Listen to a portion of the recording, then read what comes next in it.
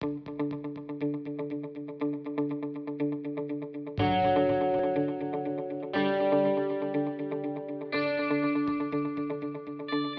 monkey movies. So monkey movies. So we watched 3 monkey movies today. Yeah. And yeah. So why don't you start off? Let's just quickly go through each of them. So Funky Monkey. What happened in Funky Monkey? So Funky Monkey was billed as a chimp spy movie. Yes. That's what the poster is. That's what the description of the movie is. That's the opening sequence. The opening sequence. The opening sequence, yeah.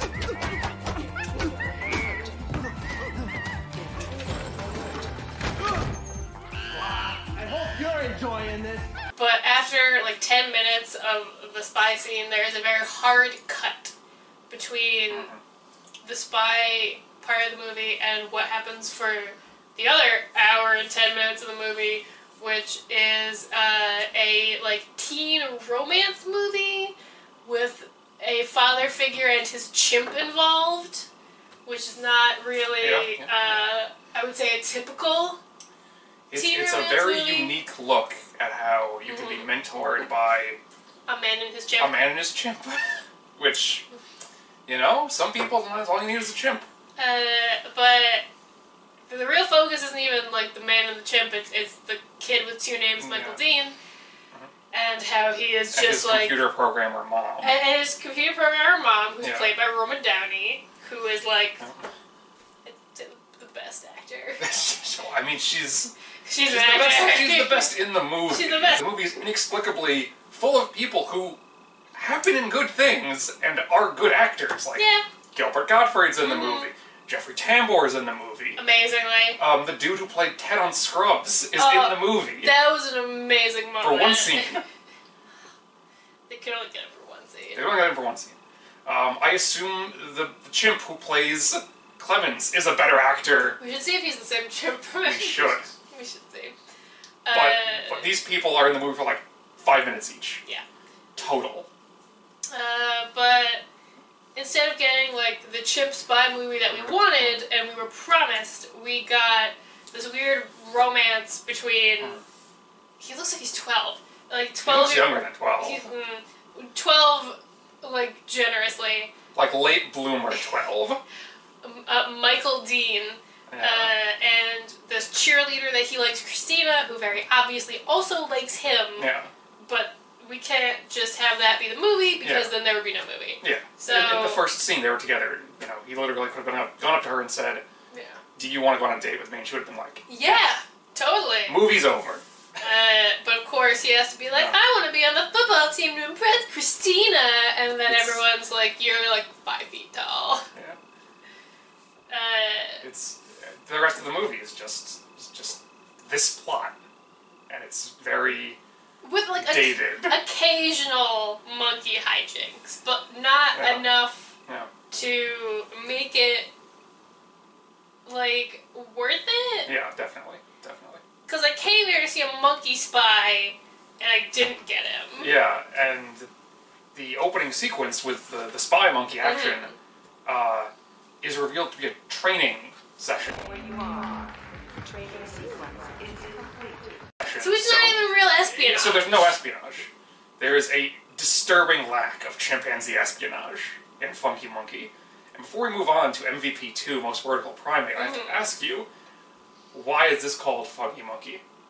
Is there music No. as a big part of the movie? No. Not at all. Does monkey dance? No. Is the monkey funky? I mean, he's goofy. Like, there's a couple of scenes where you see that, like, Well, he's a chimp. the monkey has a sense of humor. You can't have like, a serious performance from a chimp. True. I would be impressed if you did. That would be a really interesting turn of events. Like, it suddenly becomes like Metal Gear, but everyone's a chimp. That'd be amazing. It would be amazing. I'm shocked it doesn't already exist. But no. Konami, there you go. You have that one for free. I know Kojima's not there anymore, so you can do whatever you want. No, like, there's no monkey dancing. There's no monkey like. No, There's nothing. There's no music really involved. there's a Halloween party, but like there's nothing funky. There's nothing funky about it. It's not a disco party. No. He doesn't dress up like a disco dancer. That's a joke. My literal best guess is that when they were looking for title names, that they put a word through like Google as like, okay, what's the synonym for this? And they were like, okay, funky. We're gonna go with funky monkey. Well, it's just to get the rhyme. Yeah, but the rhyme's it means nothing. The rhyme means nothing.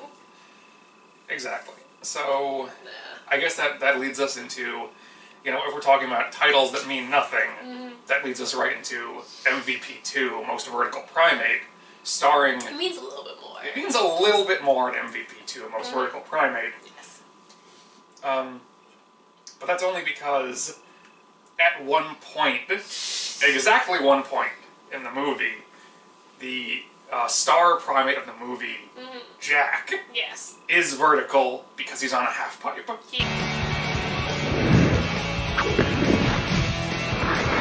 That's the chip we've been looking for!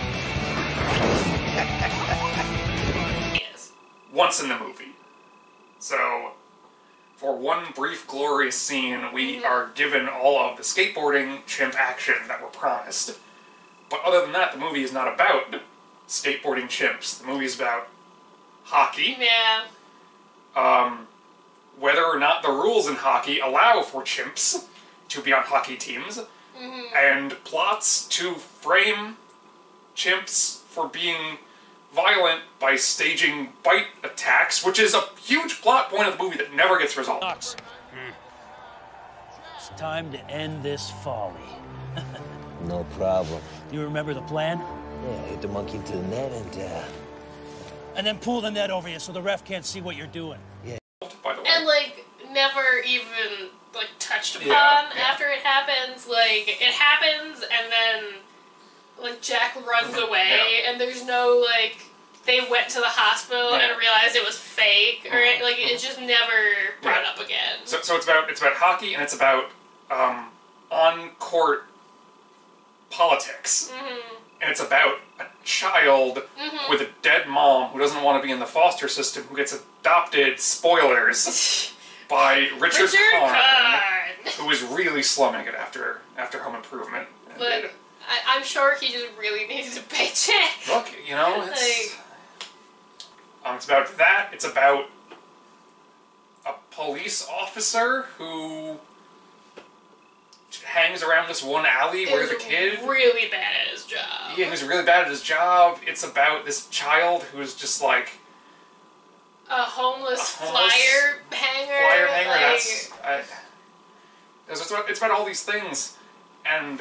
Hold on, we had to specify though. He's homeless, technically, but also somehow the shack he lives in has electricity. He lives in a shack attached to an emptied pool. He lives in a shack... Which he skateboards in, of course. Has electricity, has a refrigerator, and has fresh milk at one point. Yeah. And I don't know about you, but I don't think a whole ton of homeless people have unlimited access to a shack with electricity. He basically just lives in a shitty apartment. Yeah, he lives in a one-room apartment. Yeah. Of course, at the end of the movie, there is a skateboarding competition to with a very measly prize, by the way, where I guess in 2000s. In the 2000s, child money. That's more money. It's a $1,000 prize. Yeah. But it's not nationals. It's just regionals. No, just regionals. Just regionals. And we never see nationals because it doesn't matter. Who cares? But there's the skateboard competition, and granted, it's for children, as we can see from they didn't say it was for children. They didn't say it was for children, but you only see 5-10-year-olds skate, and they're 10-year-olds. So even if they're pretty good for 10-year-olds, they're pretty good for 10-year-old skaters. It's not really impressive looking. Yeah. Oh, and he falls on the kickflip over the channel. Yeah. Especially after you see the actual pro skater they got. They got one. It's not Tony Hawk. We couldn't afford Tony Hawk. Sadly. So, we're talking a lot about the kid skating, Yeah. and was it Bob Burnquist? Yes, Bob Burnquist skating, and the other 10-year-old skating. We're not talking about Jack skating. Why is that? It's because he skates for like 5 minutes. Yes, he doesn't. In total, he doesn't touch a like- skateboard until like 40+ minutes into the movie. And that's just touching a skateboard. He doesn't That's ride not it like until riding it. minutes later.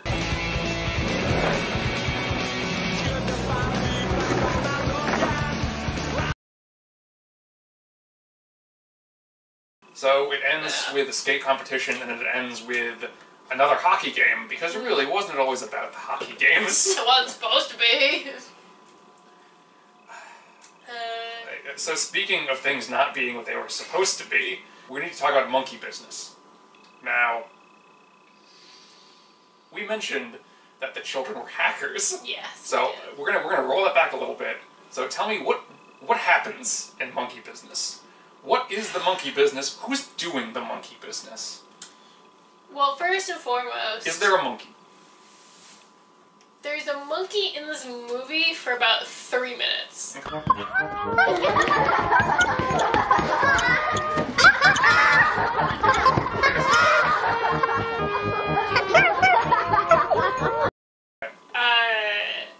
That being said, the poster for the movie is just a picture of a monkey. It is. It's just a chimp. Like, it's a chimp with monkey business in Yeah. fun letters on top of it. Is it And- a little disingenuous to call them fun letters? The letters were more fun than the movie is. They are. Advertised there's gonna be a monkey in this movie. That was advertised, yes. And we have 3 minutes of monkey footage. Not 3 minutes. There's less than. There's like 2 scenes.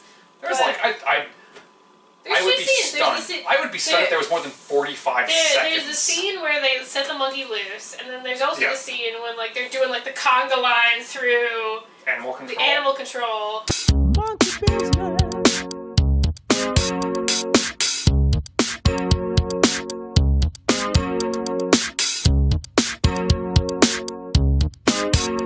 Which inexplicably has a monkey for some reason.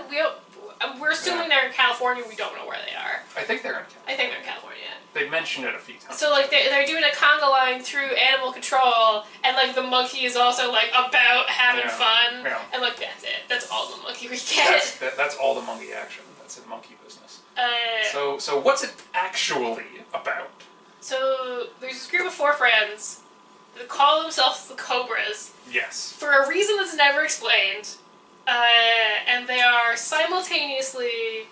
2 of them are hackers, like Yes. expert hackers. Also, they're 10. Also, they're less than 10. Like, Well, they say they're 10. They say they're 10. I do Yeah. not believe they're 10. Yeah, they're like 7, 8, yeah. maybe. They say that they're expert hackers. Front hacking code. Ah, whose platform we hacking today? NASA? Why? They're also supposedly a band, even though we never see Don't them ever see them do perform. anything No. band-like. No, they never practice. No. We don't even know what instruments they're supposed to play. Or if they played any instruments at all. Yeah, Or if they're like just an idol vocals. group. Yeah. And they're also simultaneously child detectives. Well, I mean, it's a movie from 1998. Every child's a detective in these movies. That's just a given. I'll give you that. Yeah. So we learned like halfway through this movie that it was actually a sequel. Yes. So Which explained a few things. It Explained did why it was explain so things. confusing. So previously in the movie before this, it was supposed to be that the dog of the only female Cobra, Marla, got like taken by some people. Animal control or whoever. No, they were animal Oh, the control. criminals? They were criminals. They weren't animal became control yeah. yet. They became animal control as like community service, but it was more like a service to them because they really loved it, and they were like, we want to just be animal control people now. But it's like this weird. The leader of the gang that was stealing dogs is in prison because Marlo's dad is a cop who put him in prison, and like he's in what? There's no plot here. We're It's just explaining things. It's just like this is not a story that has a story. This is just this happens, and then this happens, and then this happens. Also, young Shia LaBeouf is in it. Yes. And we were like... He's retroactively given top billing. Before, when we were choosing what order to view the movies in, we said, like, okay, we're going to save Monkey Business for last because, you know, young Shia LaBeouf is in it. It has the potential to be okay. Yeah. Because he's a fine actor. Because he's a good actor. But this is much before his Holes fame, though. Yeah.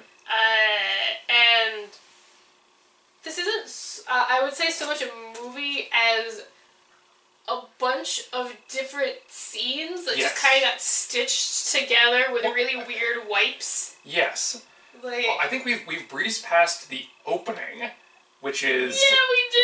Oh, the opening God. is one of the most embarrassingly shot action openings, where it's the... I think it's the... It's the the dad of dad the girl, Marla. of Marla. It's Marla's dad. Who is going on a one-man mission... With the dog. With the dog. Whose name is Vulcan. Whose name is Vulcan. To take down this gang of BMX-riding thugs. Yeah. With rifles. Against the one cop with just like a pistol. He is a pistol and a dog. He doesn't do anything. His dog doesn't do anything. He doesn't... He's not driving a squad car. No. He's not wearing a uniform. Or a bulletproof vest. Or any body armor. Or he doesn't call for backup. He does not call for backup. And you might think, like, okay, that could be a good action opener, but it seemed like they forgot they were making a children's movie.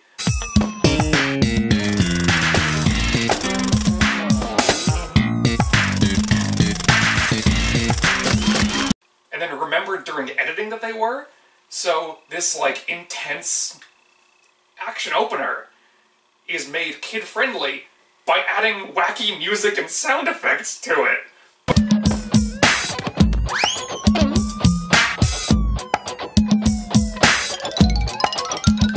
You're still watching people shoot at each other. And like, let's not mistake, shooting happens, but there's no sound effect for it. It's just... And then somebody gets hit and it's like a squeaky toy. Yeah. And, like,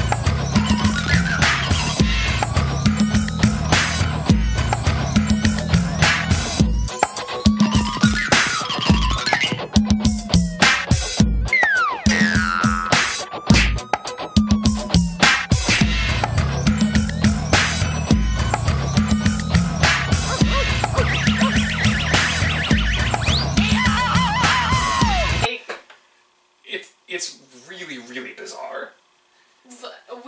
While we were watching it, we were just reeling. We were like, what is happening? Yeah, because this is the first thing you see is a shootout with, like, yakety sax playing over it. And it just creates this huge disconnect as to what's happening. And then the character just leaves the movie. He just leaves.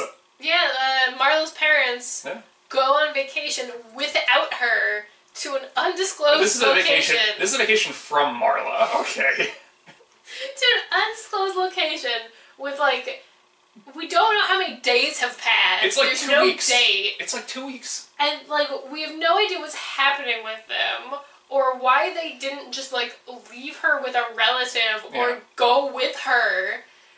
But apparently, there's a singular babysitter in the entire city who she hasn't just, like, beaten the shit out of. No, they say she karate chops every babysitter. So they're also martial artists who are in a band and they're detectives. And hackers. And At the age of 10. At the age of 10. Oh god, can we get to the... So, I don't know how old y'all are, but there's a point in the movie where Shia LaBeouf has a laptop. And he has to plug the laptop into the phone line. Yeah.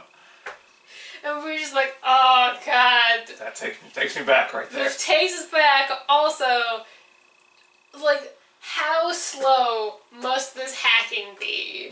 That... I was waiting for the scene where Shia LaBeouf is, like, hacking into the Pentagon and his dad makes a phone call. He just kicks him out. That would be, like, that's a funny joke. That's a joke. So what's... We still haven't talked about the plot of the movie. I'm sorry, was there one? Marla... No, the plot is that the police chief and Marla's dad are being framed by one of the bad guys. By one of the bad guys. Who Marla's dad sent to jail. But they don't frame them for crimes. No. They're framed for having Swiss bank accounts. Which are legal. Which isn't illegal! Seems your boy Bettinger has come into a little extra cash lately. Or maybe he has a hobby involving Swiss bank accounts. You wouldn't know anything about this, would you? There are parts of it where the only female Cobra, Marla, is like narrating and writing like a letter. She's explaining things that it's never explained that hasn't happened yet. It hasn't happened yet, and it's never explained how she knows them. No, like it's just like she just knows. It's just like, and then this happened, and it's like, are you the god of this universe? You're just like, and then this happens, and then it does. I wish. Record Boy turned out to be the real Clive Branson. Now we get to record a real song. Dad and the captain got off the hook.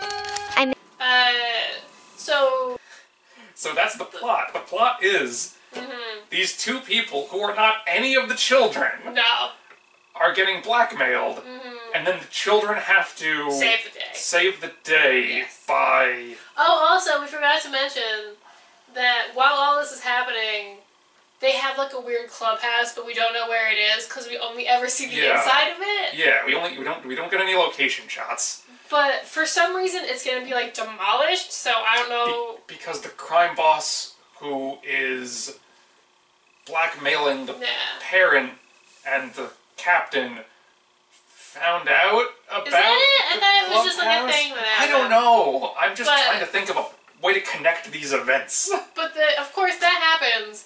And they're like, oh, we have to go to the records hall at City Hall, and like... Fucking records. Yeah. I just know there's a children's movie where we have to go to the records hall. Yeah. And like, two of them go to the records hall to like sort things out, while the other two go deal with the Swiss bank blackmail thing.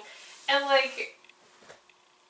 A 10-year-old was able to like hack into government computers. The other computer hacker expert 10-year-old. The one that's not Shia LaBeouf. Is he? Is he? It's X-ray. It's X-ray. It's X-ray from Holes. Yeah. That was like the one good thing we found out. We're like, oh my god! Do you think they were like they saw each other in Holes and we're like, hey! I hope. I hope so. I hope so. I hope they're still friends. Same. That would be very wholesome. That would be one good thing to come out of this movie. So,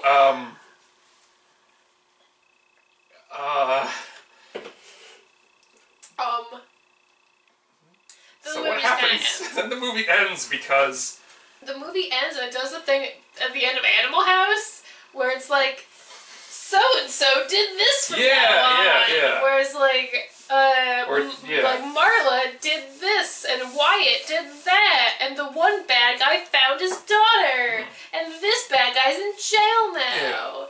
And like, oh, and then there's the last chimp scene, which is literally the chimp just in a director's chair, like, and like, so-and-so Studios asked the chimp to be the new director, and it's like... If the twist is the chimp is the one who directed this movie, there you go, that makes sense. You got it. You got me. There you go. So that's all the movies. Julie? Yes? Which of these would you say is the best?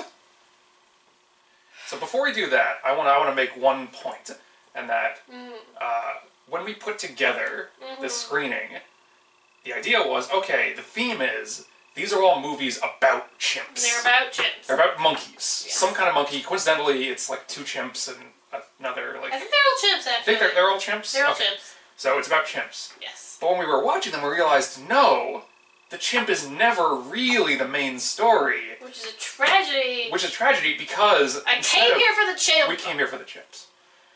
Instead of being about chimps, there's a new theme, which is deception. They're all about deception.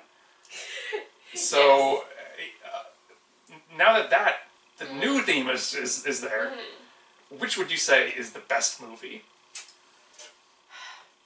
I'm going to start off by saying that none of these movies are good. We watched Funky Monkey and said, wow, that sucked. Yeah. The other ones are going to be way better, right? Then we were wrong. And then everything went downhill. I have to say Funky Monkey. It's technically the best. Because it's a movie. It Like has, yeah. Like, even if it was billed as, this is a monkey that gets rescued from this weird, like, experiment thing, and then, you know, all the stuff with Michael Dean happens, then I don't think I'd be as mad as I was when it ended. Because, the literal thing with the whole movie is that it is billed as, and the poster is for a chimp spy movie. Yes. So that's what I wanted, that's what I expected, and that's not at all what I got. Yes. That being said, it's still a movie. Like, it had a plot. I at least always understood what was happening and why it was happening. There were reasons for why things were happening. It had a plot. It was shot semi-well. I could see what was happening. But like, there was, like, a clear, like, rising action, falling action, here's the climax, whatnot, as opposed to the other two, one of which had, like, a climax and then a climax after it. Multiple climaxes. And then the other of which just had, like an end. It just stopped. It just stopped. So I'm gonna have to say Funky Monkey. It is the best of the three. I think Funky Monkey is definitely the technical best. MVP 2, Most Vertical Primate, may have been a better made movie, but it's just so dumb. It's aggressively dumb. And there were moments in the movie when we were watching Funky Monkey and then MVP where Funky Monkey, I don't think we had the question, like, how long have we been watching this movie? Yeah. And we had that question a lot with the last two. With MVP 2, Most Vertical Primate, we were watching the hockey scenes and then said, is this the whole movie? Like, I thought he went to skateboard. I thought the point was skateboarding. Yeah. And then we said, okay, how long? Okay, when the hockey finally ended, we were just like, okay, that's the first third. Yeah. And it was just like, that's like a whole movie. It felt like a whole movie was in that little It was like a little short. Like, it could have been a short by itself, like a standalone. Yes, exactly. MVP 2, Most Vertical Primate, may have had a little more, pizzazz, better actors. It had Richard Karn, who was fine. Yeah. Most of the actors were okay in MVP 2, Most Vertical Primate, but they didn't do anything. No. And everything was boring, and it made me mad. They existed. MVP 2 kind of made me mad. There was that one guy who liked hot dogs a whole lot. We're not even talking about the people on the hockey team. Yeah. Alright? The hockey team's a colorful cast of characters who don't have any reason to be in the movie. Yeah. At all. Shouldn't even be there. But when I get to Monkey Business... It's infuriating. Like... Okay, so here's my thing about Monkey Business. The thing about Monkey Business is... Of all the movies that we watched, Monkey Business was the most memorable. Because we hated it. Because it was baffling. Yeah. Every single scene was an exploration of how not to have a scene. It's just such a learning experience to be like, what is this? What's going on? Or this is how you don't tell a joke. Yeah. There was also a thing in these movies where, like, there was never really jokes. Like, in Funky Monkey, there were, like, joke-adjacent things. There were a few moments in Funky Monkey where I would admit that it's like, okay, that's a moment that could be a joke.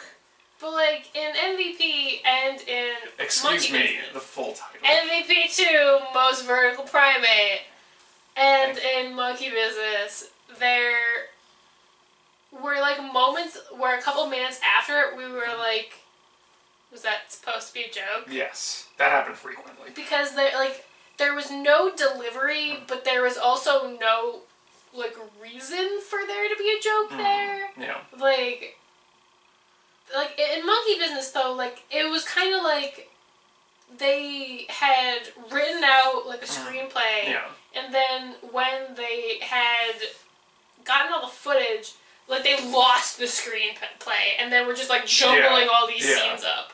Because there were scenes that we said that were in the beginning of the movie that should have been saved until the end. Because they would have made more sense that way. Well, there was a revelation about the dog catchers where it was like, oh, they're reformed criminals who are doing this and they really enjoy it now. And maybe that makes sense if you just saw the first movie and you're just like, oh, okay, it's these people again and they've had their happy ending. But when you put that in the first act, it's like, oh, that's their character arc. Yeah. They're done. That's the movie. Like... It's... For that reason alone, I have to say, I'm tempted to say Monkey Business. Don't you dare! Don't you dare tell me that! I'm tempted to just be like, it's an experience unlike any other movie. 'Cause it's bad! It's like watching 10 movies starring the same people. Like, they've been, like, take 10 Shia LaBeouf movies. And they just smacked together. They just edited every scene together from a different movie. And it's interesting from that perspective, but it hurt to watch. It was not pleasant to watch. Funky Monkey was definitely the most enjoyable. They were all, like an hour and a half, like, generally. Yeah. And, like, I believe, like, Monkey Business was, the worst offender when it came to how long have I been watching this movie. Well, it's hard because there's no pacing. Because there's no pacing, because none of the scenes make sense, because like, every single scene is just its own little microcosm. So there's like, here's this scene, here's the pacing for this scene, and then immediate hard cut to the next scene. Yeah. Excuse me, I believe you mean hard swipe. Hard swipe, I'm sorry. They're all swipe edits. They're all swipe transitions. They're all swipe transitions with, like, a page effect. Well, that happened like 3 times, and I don't know why it happened when it happened. I assume it's because it was the girl's reality warping powers coming in to change the story. God, I wish. Yeah. You cannot tell me this is the best movie of these 3. No, Funky Monkey is definitely the best. Thank you. I wanted Monkey Business to be I better wanted it to be than it good, was. at least. I was ready for it to be the dark horse. Yeah. But it was just... It was the lame horse. Hey. And with that, I think that's how we have to end it. Oh, God.